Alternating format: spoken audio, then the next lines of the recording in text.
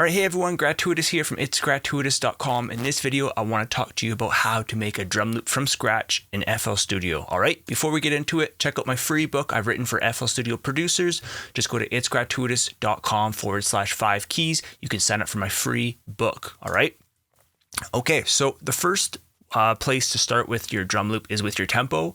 So depending on if you are making, dance or hip hop, tempo is the first place to start, no matter what genre you're working with. Okay, let's just say we put it to 96 beats per minute. And so now when it comes to our drums and our claps, you want to make sure you're using high quality sounds. All right, this is the drum bundle trio. I talked to you about the drum bundle trio a lot. We have short-tailed drums. All right, that might be kind of cool. And I'll be looking for maybe one other drum. I usually like to kind of have 2 or 3 different drums that I mix around in my drum loop. It makes things easier. Might be a bit aggressive. All right, so we have a short-tailed drum and a bit of a longer drum. Still pretty short. All right. So let's just get a snare here. Okay, something like that. This one, I can hear some ringing in it, so I might trim it up just a little bit. All right, make it a little tighter. Turn up in volume. All right, so again, this bundle has a bunch of different sounds in it, tons and tons of selection. Maybe something like that. And so a really powerful trick with beat making is layering. Okay, so if you want to layer claps and snares. All right, so the first thing, we put the drum on the 1, and then the clap on the 2 and the 4. All right, this is the easiest way to get started with a drum loop. All right, let's turn this one up a little bit. It's a bit quiet. All right, let's just layer these snares up. It's going to make them sound nice and full.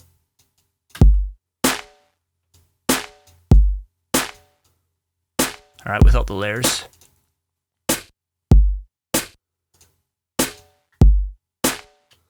All right, so now when it comes to our drum, I just kind of bounce it around and I just try to find where does it kind of sound cool. So something like this maybe. Now we have our other drum. That's where we can just kind of spice it up. So.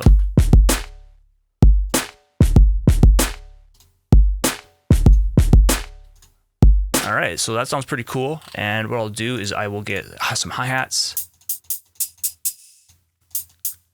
Okay, so this sound right here, I can see it's panned to the right a little bit. I'm gonna just move it over, even it out. And I'm just looking right here. I'm not going perfect. I just wanna kind of make sure that it's more center. That's a little bit better. We have this one. This one's a little loud. Okay, and so now the hi-hat is what fills in. It really adds the rhythm. So you have your drums. I like to use at least 2 or 3 different drums. Everyone's different. I like to layer my claps and snares. All right. If you wanted to be, more creative in your arrangement, you could maybe just bring in these snares later on, like in the chorus for fullness and wideness, and then just have this in like the verse. Right. And then in the chorus goes like this. Because it really does add a lot. All right. So for our hi-hats, you can right click, you can just fill 2 steps. You can do stuff like that. You can try and click it in yourself. Maybe we'll just try and click it in ourselves. And let's try this.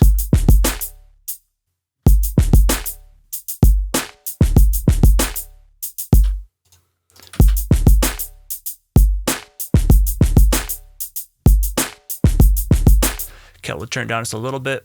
And the biggest thing here is you can right click, go to the piano roll, you can adjust your velocities. You can also adjust your velocities from right here as well. It's a little quick, right? And so what velocity is doing is just loudness of the actual drum loop. Adds tons and tons of variation. Otherwise, everything sounds so perfect. And that's why digital music has a bad name. All right, we will just maybe put this on like the offbeat. Maybe put it, I'm just gonna kind of fill in areas where I haven't put it in. And again, if something isn't working, you can always turn it down in volume. It's going to help it cut through a lot better.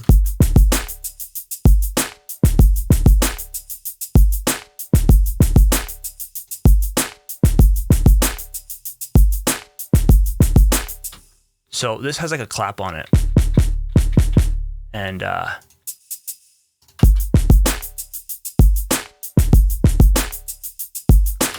right, this one right here, I'll just turn down a little bit. All right, so that is our drum loop. You know, pretty basic.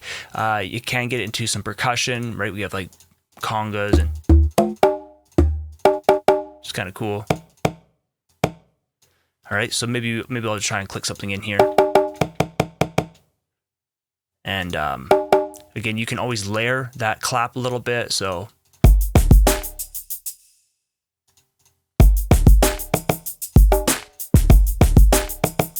now, one thing to say, when we are only working in a 4-beat loop, a 1-bar loop, things can get really repetitive really easy. So a 1-bar loop is tricky. Typically, if you work in a 2-bar loop, so you would expand this and you can work in a 2-bar loop, right? It's a lot easier to work and program your drums, like your whole drum loop, because what's happening is you can give the listener a little bit of freshness on the time around. You can also right click and you can go make unique. And now from drum loop 1, so let's say this is like drum loop 2. So drum loop 1 is like this, drum loop 2 is like that. I will just delete that. But so what I'm saying is, like, when it's a 1-bar loop like this, like the bongos, like this could be really annoying. So, you know, you'd want to do it subtly if you're just in a 1-bar loop.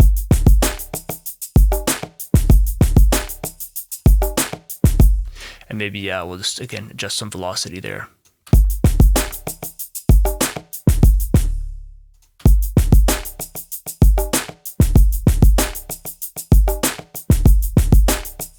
Okay, so check this out. So to spice this up nice and easy, I will go make unique, and I'll play the extra bongo hit there, and that's it. So from this one to this one, I have added in 1 bongo hit. So that's in pattern mode. So here's in song mode. So we're in pattern 1, 1 less bongo hit. Pattern 2 has that bongo hit.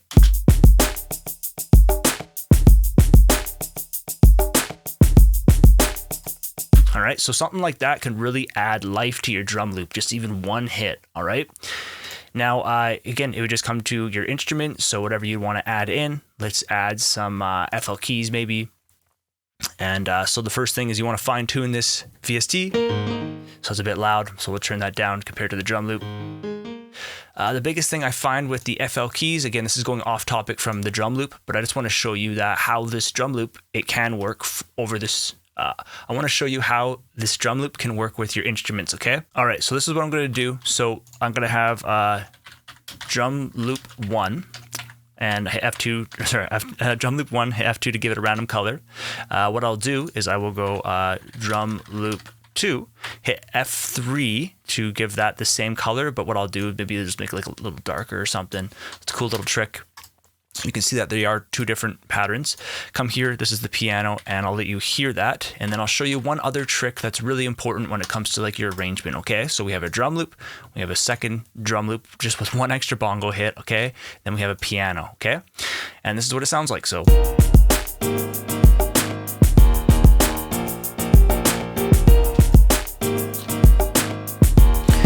Now, the only problem with our setup here is that it gives us no flexibility when it comes to arranging the track, all right?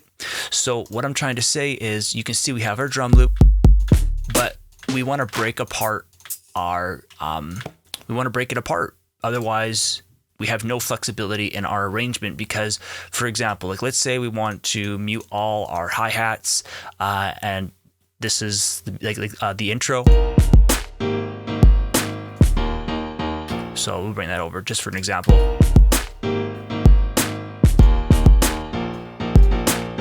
And then this is going to be like the chorus, for example. Like we'll get some silence. And sorry, because that's muted as well. So, but like let's say we come into like the chorus. So it comes like from here. I'll just do it quickly. So.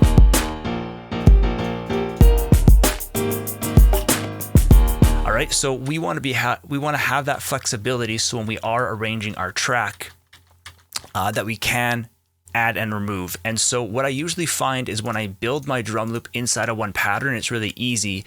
But then I do like to break apart the drum loop for the arrangement of the song. So yes, we only have one instrument going on So when we have different instruments, it makes arrangement easier as well, right? You can have like a piano, guitar, bass line, all that stuff. But we also want our percussion elements as well. So if you come up here to the arrow, you can see I have drum loop 1, drum loop 2, and the piano. If I want drum loop 1, I'm just going to clone this just to test it out. So we're going to hit clone. Now we have drum loop 1, number 2. This is the clone. And what I'm going to do is I'm just going to go split by channel. All right. And what that's going to do is it's going to create a pattern for each of our sounds in there. All right. So for example, I'll just start building it over here. So let's just go to the first one. So we have like this. And so the reason this is a little like, so you can see that it's quite powerful, right? It's broken each sound into its own pattern for ultimate flexibility. But sometimes it's a little bit annoying because maybe you wanted to have the drums in there.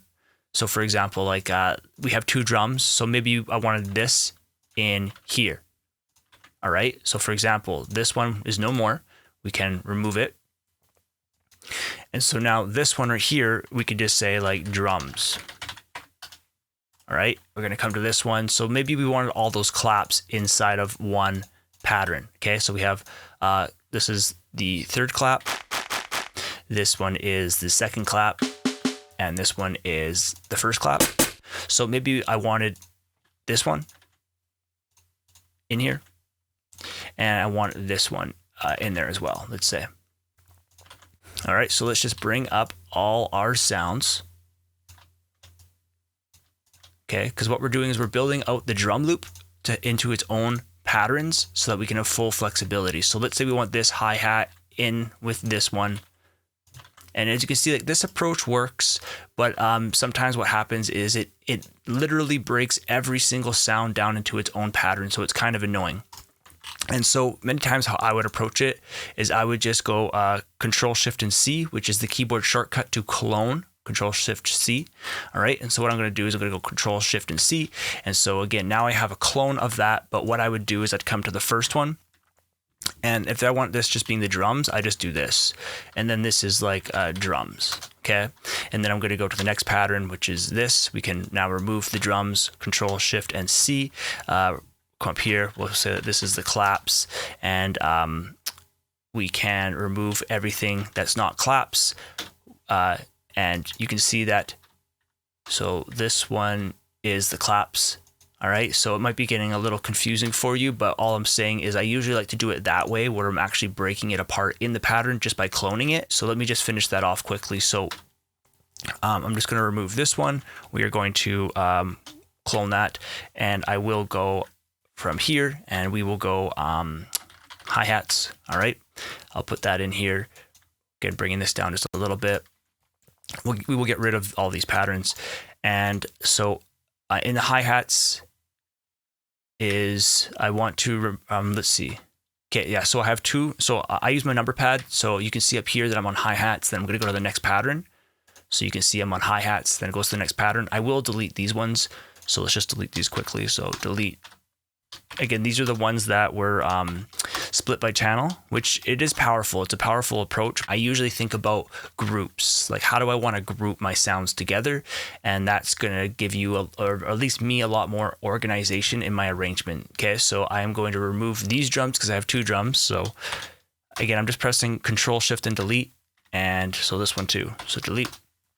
Okay, so we have drums, which is in.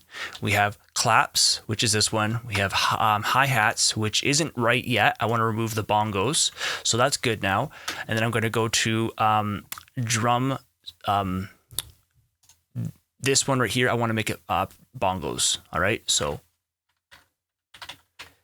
and so what's happening is these hi-hats I want to remove. All right. And so that is the bongos, okay? Now what I would do is, like I showed you from drum loop number 2, I'm going to click on the bongo. We're going to press Control Shift and C. That's the keyboard shortcut to clone, right? So clone, Shift Control C. So I'm going to clone that. Now I'm on bongos 2. And what I'll do is I'll click this one. I'm going to come take this bongo pattern. We're just on regular, so I'll just go bongos 1 so that we number 1, and then we're going to go bongos number 2. And like I showed you, I usually like to kind of change that color a little bit. So we're going to keep this, maybe we'll go brighter with it. And okay, so we can kind of differentiate. Maybe we'll go darker with that. Okay, so you can just see that one's white text, one's black text. And so on this bongos, what I want to do is I want to just paste in what I had with that one extra. And if you remember, I changed the velocity on it. So there you go. So because I copied and pasted. So now what this has done is I can do this. Boom. All right. So this right here is the same thing as this, except I now have the claps, which are separated because there's no difference. Let's see. I don't think I have drum loop 1 anymore. Okay, I lost the drum loop 1. But if I clone this, so I'm just going to clone this, and we will go drum loop 1, and then we will go to the next one and drum loop 2.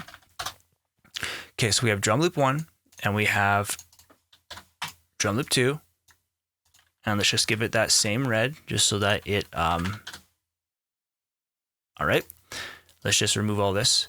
Okay, so we have drum loop 1 and drum loop 2. The only difference between drum loop 1 and drum loop 2 was that one bongo hit like I was showing you, right? So we go drum 2, drum 1.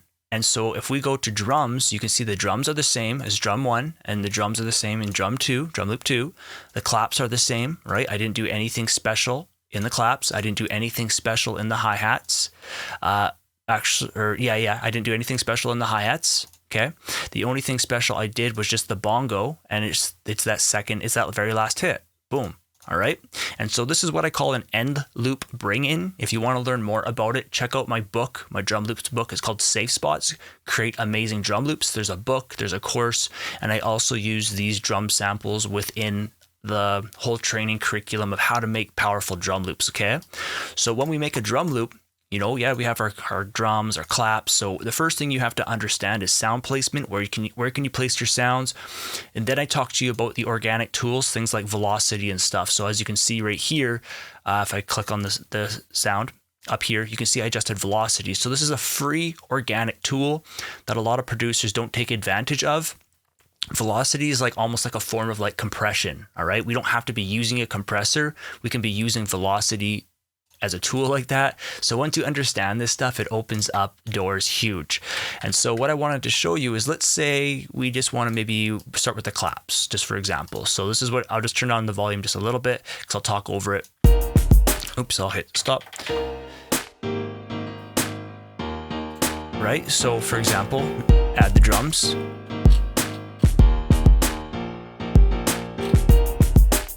Right. And so maybe here we would do something like this, because I talked to you about audio painting a lot, which is about preparing the listener and everything. So no clap. And maybe the clap on the last hit. So we'll just cut that right there.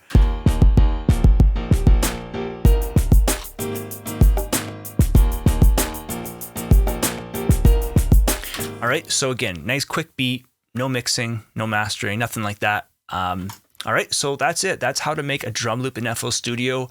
This is using the Urban Heat drum kit. Again, if you want to learn more about drum loops, check out my book called Safe Spots. There is a course, there is a book, as well as I use these Xclusive-Audio drum bundle trio sounds inside the drum loop training curriculum. As you can see, there is tons and tons of sounds, all organized. We have 808s, we have short-tailed kicks, stuff like that. All right. So if you guys have any questions, you guys always feel free to contact me. You guys can also check out my free book I've written for you guys as FL Studio producers. Just go to itsgratuitous.com/5 keys. I hope you enjoyed this tutorial, and leave a comment if you have questions, and I'll talk to you in the next one.